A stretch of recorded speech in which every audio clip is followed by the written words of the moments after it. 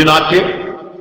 حسن بصری رحمۃ اللہ علیہ فرماتے ہیں کہ ایک مرتبہ میں بیت اللہ شریف کا طواف کر رہا تھا، توجہ فرمائیے گا، فرماتے ہیں میں نے ایک نوجوان لڑکی کو دیکھا کہ بہت ہی عاشقانہ اشعار پڑھ رہی ہے اور بلند آواز سے جہرن پڑھ رہی ہے، تو مجھے برا لگا کہ نوجوان بچی کو تو ایسے عاشقانہ اشعار نہیں پڑھنے چاہیے، تو میں نے اس کو منع کیا کہ بچی تو جوان العمر نظر آتی ہے،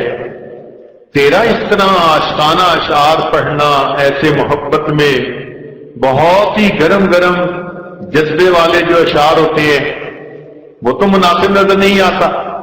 فرماتے ہیں جب میں نے اسے ٹوکا تو وہ میری طرف متوجہ ہو کر کہنے لگی کہ حسن مجھے اتنا بتا دیں، آپ اس بیت کا طواف کر رہے ہیں یا رب البیت کی تجلیات کا طواف کر رہے ہیں؟ جب اس نے مجھ سے یہ سوال پوچھا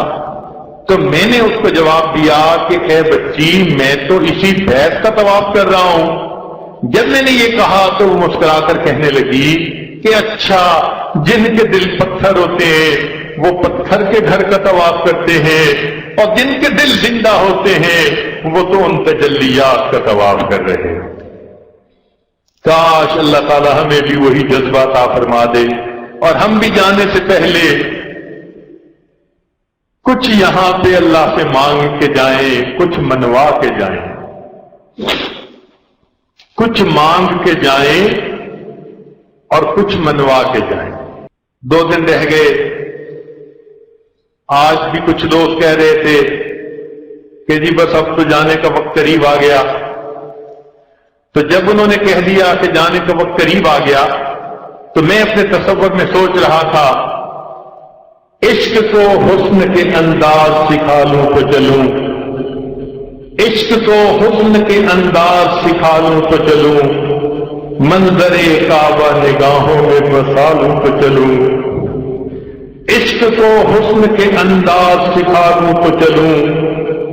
منظر کعبہ نگاہوں میں جما لوں تو چلوں، در کعبہ سے پھر ایک بار لپٹ کر رو لوں اور کچھ اشک ندامت کے بہا لوں تو چلوں۔ اللہ رب العزت ہمیں اس بقیہ وقت کے اندر جی بھر کر عبادت کرنے کی توفیق عطا فرمائے اور اللہ تعالی ہمیں مغفرت کے ساتھ، عافیت کے ساتھ، ایمان و ہدایت پر استقامت کے ساتھ اللہ تعالی واپس لوٹائے۔ وآخر دعوانا ان الحمد للہ رب العالمین۔